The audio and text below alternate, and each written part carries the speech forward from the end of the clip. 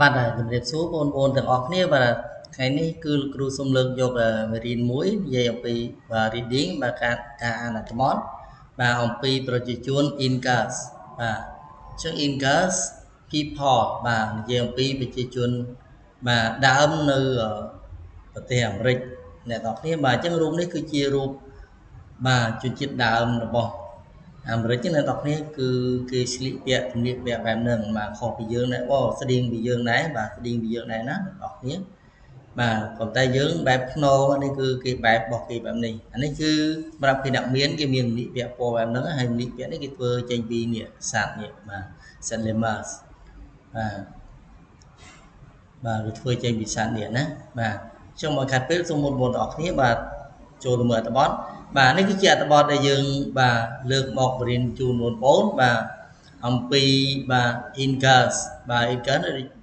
គ្រូបានបញ្ជាក់អញ្ចឹងគឺនិយាយអំពីជនជាតិដើមណាបាទអញ្ចឹងជាបឋមសូមបងប្អូនទាំងអស់គ្នាមើលរូបសិនបាទនេះគឺឈ្មោះបាទ Daroy បាទ Daroy បាទមកពីប្រទេសប៉េរូបាទហើយស្រីម្នាក់នេះគឺបាទឈ្មោះ Alisa បាទ Alisa អូខេបាទដែលនឹងប្រាប់យើងអំពីបាទជនជាតិដើម Incas បាទអញ្ចឹងអានេះប្រភេទសត្វណាអ្នកនរគ្នាសត្វនេះគឺសត្វដែលមានសម្រាប់តាំងពីយូរលង់ណាស់មកហើយបាទអានេះសត្វ lemur នេះគឺជាសត្វឈ្មោះ lemur តែម្ដងសត្វនេះគឺមានរោមច្រើនអញ្ចឹងគេយករោមយកអីវានឹងធ្វើជាសម្លៀកពាក់បែបនេះណាអ្នកនរគ្នាបាទនេះ alpaca គឺប្រភេទសត្វហ្នឹងគេយករោមដែរយករោមវាធ្វើដែរបាទតែឥឡូវគេយកសត្វជីមណាបាទយកសត្វជីមបាទ sheep បាទគេយកមកធ្វើរោមតែសម័យនោះវាចូលសត្វពីរហ្នឹងណាសត្វពីរហ្នឹងធ្វើរោមបាទអញ្ចឹងនេះគឺជាអត្ថបទដែលយើងនិយាយអំពីបាទកាលពីសម័យដើមអញ្ចឹងមកខាត់ពេលសូមបងប្អូនអរគ្នាបាទចូលក្នុងបាទការអត្ថបទមុននឹងបងប្អូនបាទអានអត្ថបទគឺសូមឲ្យបងប្អូនត្រាប់នៅ listening អំពីអត្ថបទនេះទាំងអស់គ្នាបាទអញ្ចឹងសូម listen ទាំងអស់គ្នា Track 8.4, Unit 8, Lesson 2, Activity 3. Read the text. Find 5 Inca things we can see today. The Incas. Prehistory was before writing and was many thousands of years ago.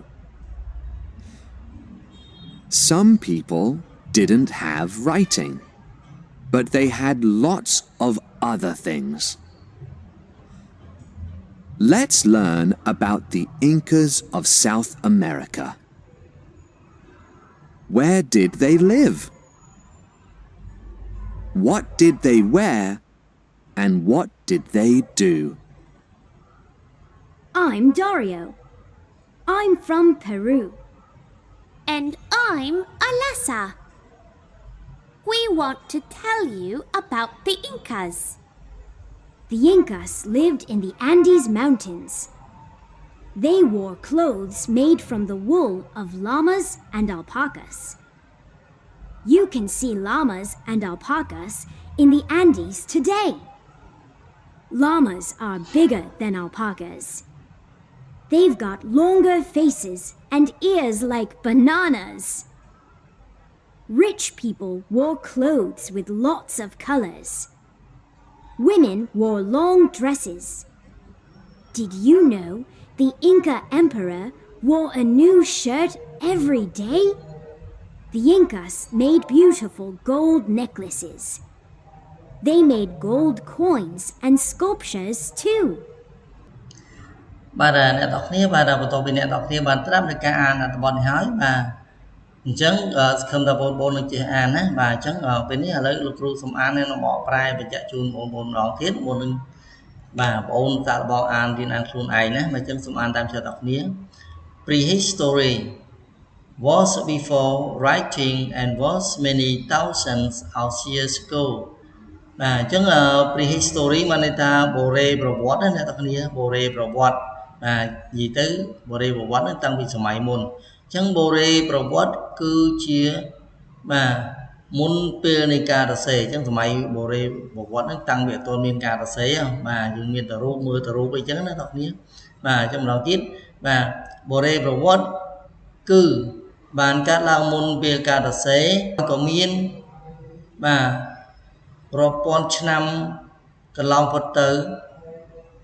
បាទមកហើយ Some people didn't have writing ចឹងមនុស្សមួយចំនួនគឺមិនបានមានការសរសេរទេ but they had lots of other things ប៉ុន្តែពួកគេមានរបស់របរផ្សេងគ្នាជាច្រើន Let's learn about the Incas of South America តោះយើងសិក្សាអំពីបាទ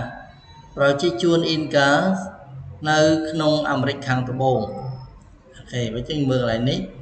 បាទ Where did they live តើពួកគេរស់នៅឯណា What did they wear តើពួកគេបានស្លៀកពាក់អ្វី and what did they do ហើយពួកគេបានធ្វើអ្វីបាទជួយមើល I'm Daroy បាទខ្ញុំឈ្មោះ Daroy I'm from Peru ខ្ញុំមកពីប្រទេសបាទ Peru បាទ and I'm Alisa ខ្ញុំឈ្មោះ Alisa I want to tell you about the Incas បាទខ្ញុំចង់ប្រាប់អ្នកអំពីប្រជាជន Incas បាទសូមមើលបន្ត The Incas live in the Andes Mountain បាទអញ្ចឹង Indus បាទរស់នៅក្នុងភ្នំ Andes រស់នៅក្នុងភ្នំ Andes They wore clothes made from wool of lemurs and alpacas បាទពួកគេបានស្លៀកសម្លៀកបំពាក់ដែលធ្វើពីរោមសត្វ lemur ហើយនិងសត្វ alpacas They can see lemurs and alpacas in the Andes today អ្នកអាចឃើញសត្វ lemurs ហើយនិងសត្វ alpacas នៅក្នុងភ្នំ Andes សពថ្ងៃនេះ Lemurs are bigger than alpacas សត្វ lemur គឺធំជាងសត្វ alpacas They've got longer faces and ears like bananas ពួកគេបានមានមុខវែងហើយត្រចៀកគឺដូចផ្លែចេក Rich people wore clothes with lots of colors ចឹងប្រជាជនអ្នកមានគឺបានស្លៀកសម្លៀកបំពាក់ដែលមានពណ៌ច្រើន Women wear long dresses ស្ត្រីគឺស្លៀកសម្លៀកបំពាក់វែងDid you know the Incas Empire wore new t-shirt Did you know the Incas Empire wore a new shirt every day តើអ្នកបានស្គាល់រាជនីបាទនេះរាជនីអ្នកនរនេះរាជនីបាទអ្នកស្រីរាជនីបាទអញ្ចឹងតើអ្នកបានស្គាល់ស្ដេចស្រីបាទរបស់មនុស្ស Inca ដែលបានស្លៀកសម្លៀកបំពាក់ថ្មីបាទឬពាក់អាវថ្មីរហូតដល់សប្តាហ៍ថ្ងៃនេះដែរឬទេ The Incas made beautiful gold necklaces បាទអញ្ចឹងប្រជាជន Incas បានធ្វើអំពីខ្សែកពណ៌មាសជាច្រើនស្អាត They made gold coins and sculptures too ពួកគេក៏បានធ្វើកាក់ពណ៌មាសហើយនឹងរូបចម្លាក់ពណ៌មាសដែរបាទអញ្ចឹងបងប្អូនទាំងអស់គ្នាបាទអត្ថបទដែលនិយាយអំពីប្រជាជនបាទ Incas នៅពេលនេះគឺបានបញ្ចប់ហើយក៏សូមជូនពរបងប្អូនដែលតាមដានមេរៀនរបស់គ្រូតាំងពីដើមរហូតដល់ចប់សូមអរគុណបាយបាយ